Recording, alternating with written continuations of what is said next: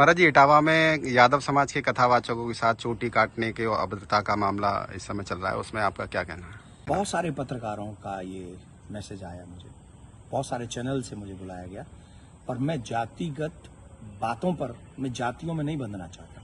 मैं सनातन कार्य के लिए कार्य कर रहा हूं, मैं सभी सनातनियों को जोड़ना चाहता हूं। रही बात चोटी काटने की, गलत है। किसी के भी साथ दुर्व्यवहार नहीं करना चाहिए। कोई भी किसी भी प्रकार का दुर्व्यवहार करता है वो ठीक नहीं। हम तो इसका प्रचार करते हैं, तिलक रखो और चोटी रखो, कलावा बांधो, कंठी पहनो, इसका हम प्रचार करते हैं। रही बात दूसरी कि जो लोग जातियों के लिए, मैंने तो देखा कि एक गांव में घटना घटी और उसमें बड़े बड़े देश के बड़े नामचीन नेता आकर बयान दे रहे हैं और वो जातियों के विरोध में बयान दे रहे हैं और वो वही काम कर रहे हैं जो अंग्रेजों ने किया था। मैं ये जानना चाहूंगा, अभी आप लोगों ने भी सुना होगा, मथुरा में एक कांड हुआ था, एक टेम्पो वाला पकड़ा गया था और उसने 23 लड़कियों के साथ दुर्व्यवहार किया था। उनकी वीडियो, उनकी पिक्चर्स और उनके सब हैं और वो हट जाति के थे। वो बच्चियां जो थी वो हट जाति की थी। तब कहां चले गए ये सारे मर्द? क्या एक पुरुष का मान सम्मान स्त्री के मान सम्मान से ज्यादा है? हम स्त्री के मान सम्मान के लिए क्यों नहीं खड़े हुए? इसका मतलब ये नहीं मैं कह रहा हूं कि पुरुष का अपमान हो जाए तो हो जाए, अपमान किसी का नहीं होना चाहिए। जब लोग मूत्र जिहाद करते हैं, लब जिहाद करते हैं, थूक जिहाद करते हैं, तो वो जब थूकते हैं ना भोजन में, तो इसलिए नहीं थूकते कि ब्राह्मण पंडित जी जैन लेंगे। उसमें सब आते हैं, पंडित जी भी आते हैं, यादव जी भी आते हैं, सिंह साहब भी आते हैं, अग्रवाल जी भी आते हैं, चौधरी साहब भी आते हैं, लिमका भी आते हैं, ढिमका भी आते हैं, सब आते हैं। वो सबके लिए थूकते हैं, वो सबके लिए मूतते हैं, वो सबकी बहन बेटियों पर नजर रखते हैं। तब क्यों नहीं बोलते हम और आप सभी? बताइए, मैं जानना चाहता हूं। ये जितने भी लोग आज विवाद कर रहे हैं, ईमानदारी से बताइए, भगवान श्री राम किस लिए आए थे? वो तो क्षत्रिय थे। भगवान श्री कृष्ण किस लिए आए? वो तो यदुवंशी थे ना। किस लिए आए थे? बताइए मुझे, जरा जवाब दीजिए, जो अपनी अपनी जातियों के जो नेता बने बैठे हैं। मैं जानना चाहता हूं आपसे, जितने भी अवतार तुम्हारे सनातन में जिन पुराणों के अनुसार हुए, जिन पुराणों के अनुसार तुम अपने आप को हिंदू लिखते हो,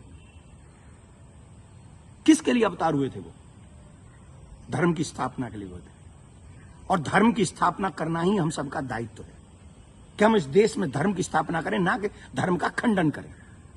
हम सबको चाहिए कि एक साथ रहकर अपने धर्म का सम्मान करें, अपने धर्म को बढ़ाएं, अपने देश को बचाएं। ये हम लोगों की ड्यूटी होनी चाहिए। और जितने भी यदुवंशी सुन रहे हैं ना, my dear listen to me, निश्चित तौर पे मेरा जन्म जो है ब्राह्मण कुल में हुआ है, लेकिन आपको एक और बात बता दूं, यदुवंशी मेरे हैं सब।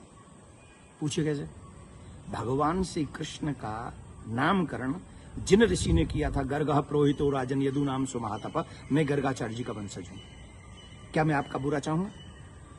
क्या मैं जाटवों का बुरा चाहूंगा? मैं चौधरियों का बुरा चाहूंगा? मैं बनियाओं का बुरा चाहूंगा? किसी का बुरा नहीं चाहता। मैं आप सबका भला चाहता हूं और इस देश का भला चाहता हूं। अगर आपको ईमानदारी से अपने इष्ट में निष्ठा है, राम में, कृष्ण में, परशुराम में, हनुमान में, देवी में, देवता में, तो आप शास्त्रों के बताए हुए मार्ग पर चलिए और धर्म का पालन कीजिए और उन विधर्मियों से लड़ने के लिए तैयार हो जाइए जो हमारे देश में जाति का जहर घोलकर, कई बड़े बड़े नेता हैं, जाति के नाम पे कूद पड़े, बस चुनाव की सभाओं में बोल रहे हैं, चुनाव की एक कथा, अरे तुम्हारे इस नाम पे वोट लोगे?